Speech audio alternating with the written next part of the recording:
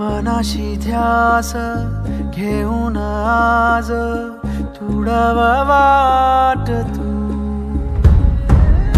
झोकून देर तुझ तू सार तुडवा वाट तू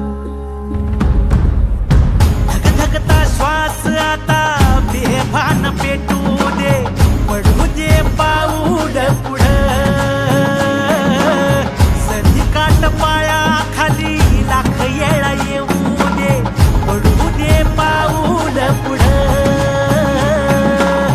मोठी लढाई र लढू मातीसाठी र गड्या मनगटाच जोर लावून ताटला जरी अंधार एकजूट होऊ आज दिवा देऊ तेज दावर तू आभाळ आभाळ